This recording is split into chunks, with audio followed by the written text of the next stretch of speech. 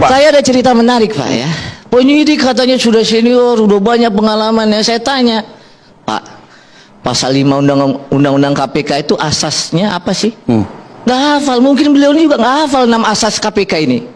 Apa, Pak? Ya kok ketawa? Apa? Anda jangan uji, udah silakan jawab. Ya itu yang saya bilang. Saya nggak mau diuji, silakan Anda jawab. Itu yang saya bilang. Kadang penyidik ini dia lupa asas yang harus dia lakukan. Makanya karena lupa nggak populer perkaranya. Sekarang ini, saya mau bilang kepastian hukum. Mana kepastian hukumnya? Ya, orang sudah inkrah, dicari lagi siapa lagi nih? Yang kedua, keterbukaan, transparan nggak nih barang? Ya. Sampai sekarang hari ini nggak ada alasan tuh penyidik bilang kenapa belum ditangkap Harun Masiku. Udah 5 tahun, Pak. Makanya saya sering bilang tuh kalau belum ketangkap ada 2 cuman nggak ditangkap atau memang sengaja nggak ditangkap. Nggak ada keterbukaannya. Akuntabilitas nggak begini. Kusnadi nggak dipanggil sebagai saksi, nggak ada apa-apa, dibilang pakai masker, dipanggil bapak. Saya namanya kalau bapak bos dipanggil bapak jalan, Pak. Ya kan? Kepentingan umum, masih banyak kepentingan umum yang banyak. Proporsionalitas, anggaran berapa dikeluarkan untuk perkara yang nilainya 200 juta. Dan penghormatan terhadap hak asasi manusia.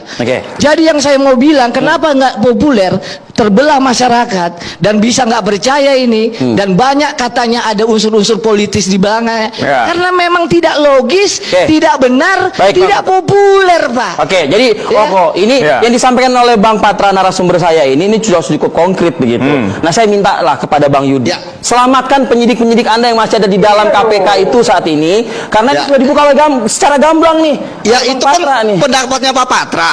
Kan belum tentu benar juga. Itu yang pertama. Artinya profesionalitas dari penyidik itu bukan pendapat saya, Pak. Sekarang giliran saya ngomong, Pak. Fakta yuridis. Ya, silakan. Anu fakta yuridis ulang terus. Fakta yuridis di persidangan. Tidak ada saksi-saksi, alat bukti 184 suap, dan juga keterangan maupun petunjuk yang menyatakan Pak Hasso terlibat, bukan Patra. Baik. Ada terjebak di masa lalu, sekarang udah ada bukti baru. Bukti baru dari mana? Romantisme masa lalu gitu. Apa yang dimaksud bukti baru? Kemudian apa yang dimaksud bukti baru? Sekarang giliran apa nih? Bukti baru adalah satu novum, satu bentuk di mana pada saat itu tidak tidak jadi ada penyidik yang ketika dia sudah menetapkan Pak Hasto sebagai tersangka, tentu dia sudah mempunyai alat bukti. Itu yang pertama. Kemudian yang kedua, bahwa penyidik saya lihat kan juga sudah profesional lah, ya kan, dalam melaksanakan tugasnya. Ketika mau diuji di pra-peradilan, ya saya pikir silakan. Kemudian tuduhan-tuduhan, saya malah lebih suka yang seperti sekarang pra-peradilan gitu ya. Kenapa? Karena tuduhan-tuduhan kan nggak terbukti. Ya akhirnya sekarang bermain di ranah hukum. Tuduhan yang mana yang kan? saya bilang tuduhan? Loh, enggak kan tuduhan-tuduhan politis, tuduhan-tuduhan dan sebagainya kan nggak terbukti. Bukan saya tadi ya? Ya enggak lah, ya kan nggak terbukti. Nah sekarang kan bermain di ranah pra-peradilan. Di situ kan nanti akan diuji apakah penetapan tersangka dari penyidik KPK itu benar atau tidak. Saya pikir pemohon punya berbagai macam argumentasi yang dibungkus sedemikian rupa. Tapi kan KPK juga punya hak untuk menjawab permohonannya. Baik, Bang Yudi. Tapi kan yang menarik dari tadi Bang Patra ini selalu ngomong tentang fakta yuridis atau ini percaya dengan karangan penyidik KPK. Nah, Anda boleh lah silakan menjelaskan. Ya, saya nggak percaya lah penyidik itu mengarang gitu kan. Penyidik pasti punya dasarnya. Ya, penyidik punya buktinya, punya dokumennya. Bahkan keterangan,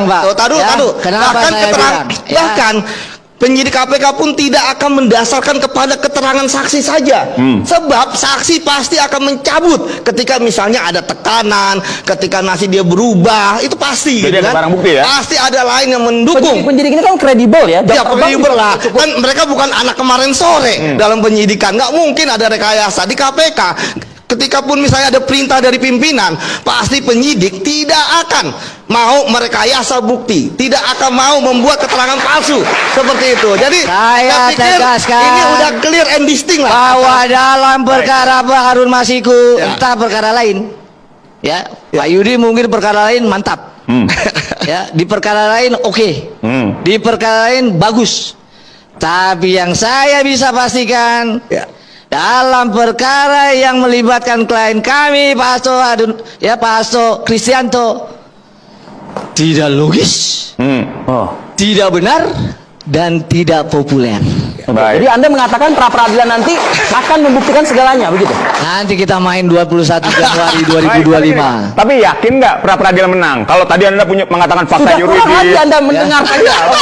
Saya Pak, ya belum pernah dalam karir saya sebagai lawyer KPK mengeluarkan 4 sprindik. 2020, 2023, 2000 kemarin 2004 Desember 2 tanggal 23 ya. Dalam satu perkara.